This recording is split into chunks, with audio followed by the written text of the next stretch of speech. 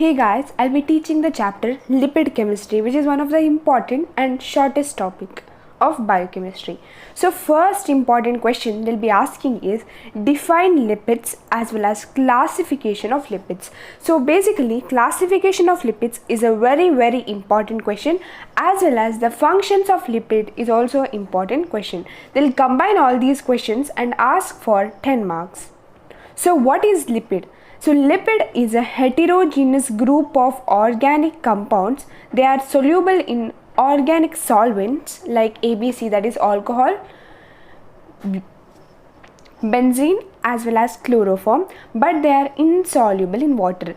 Always remember, lipids substances are soluble in organic solvents, whereas they are insoluble in water.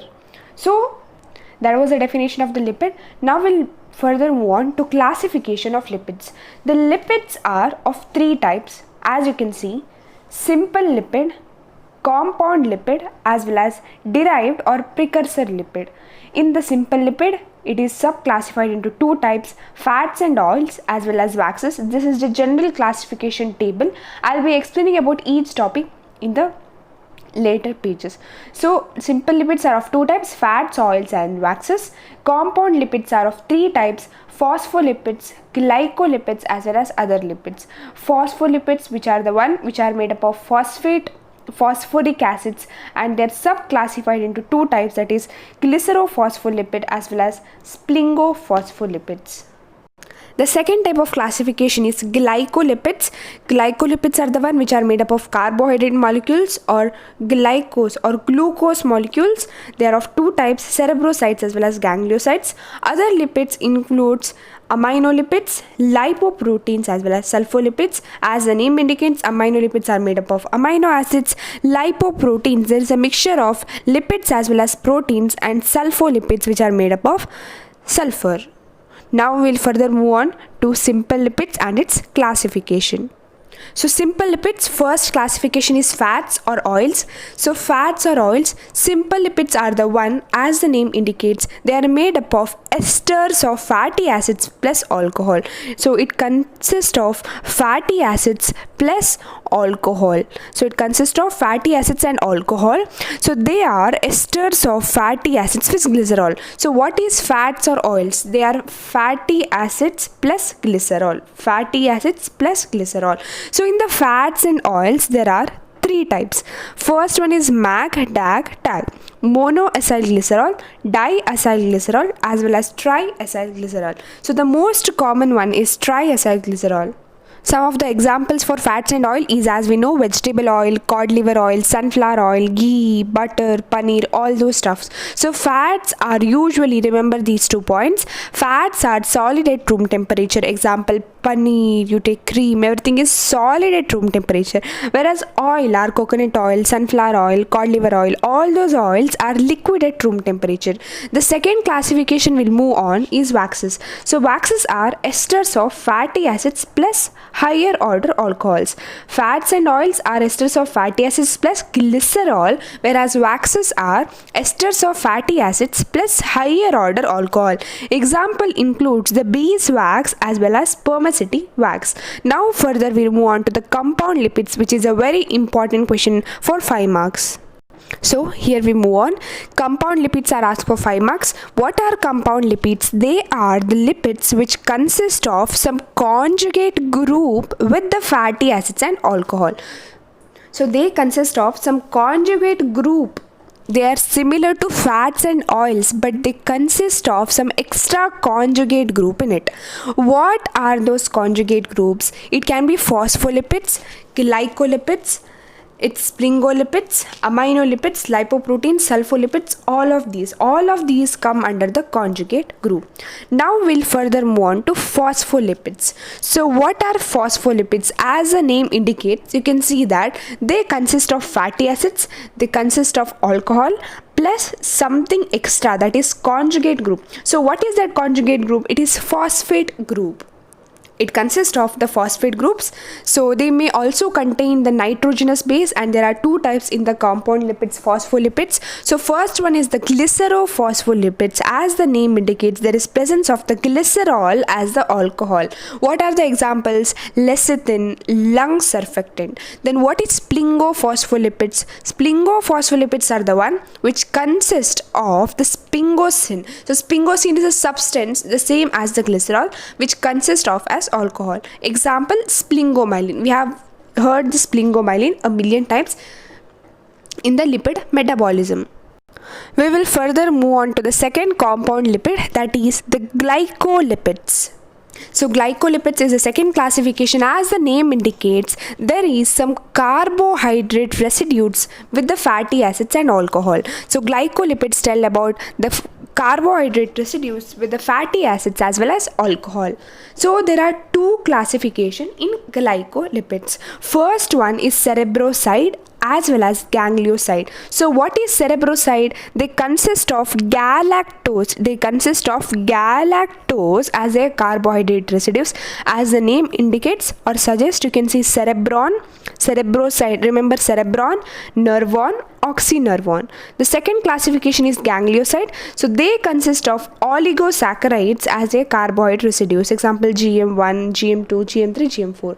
So there are other classification of lipids which includes three subclassification: lipoproteins, aminolipids as well as sulfolipids.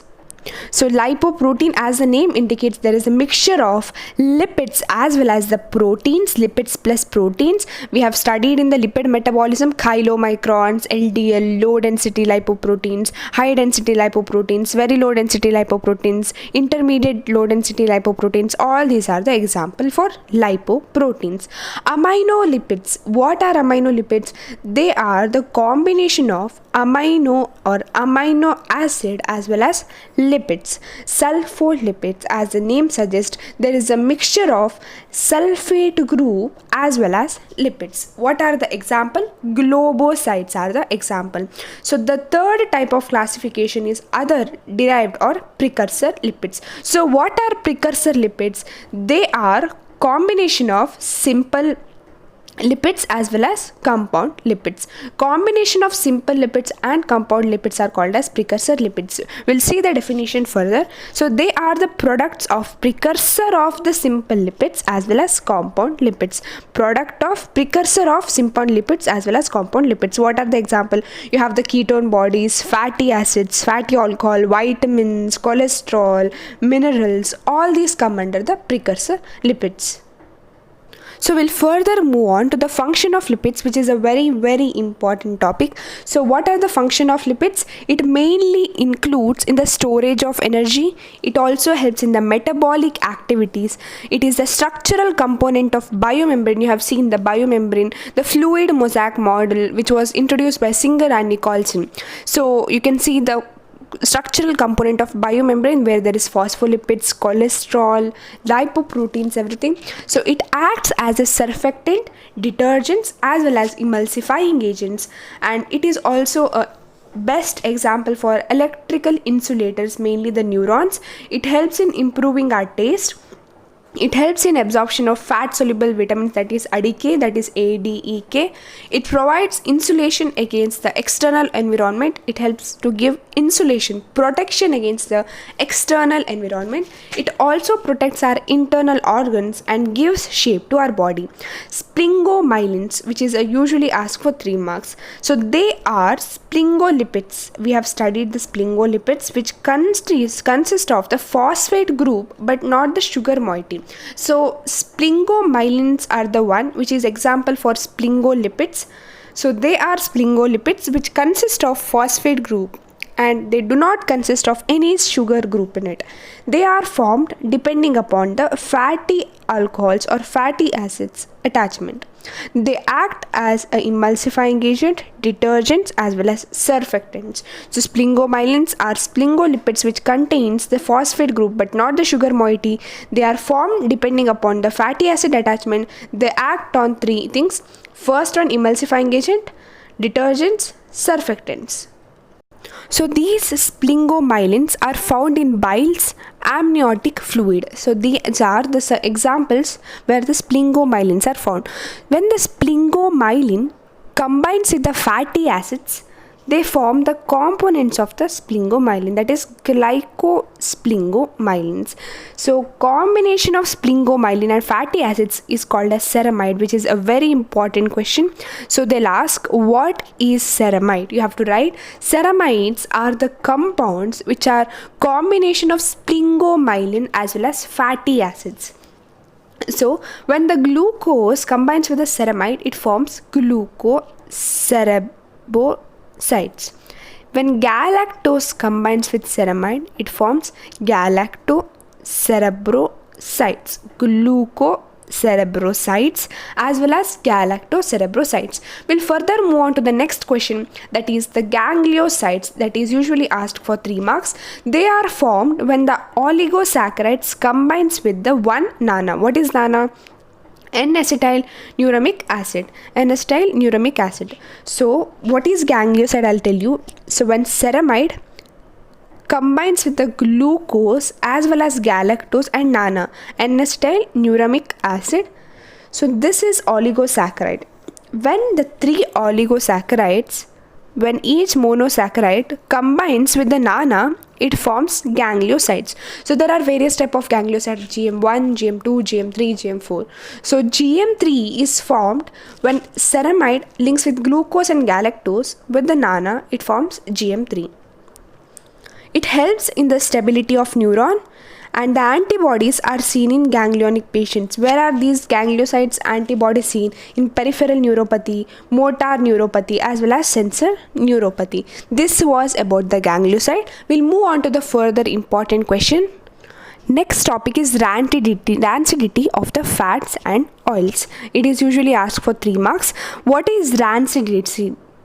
What is rancidity? कोलेतो होगोदो अथवा steel खराब हो जाना, उस चीज़ को हम rancidity बोलते हैं.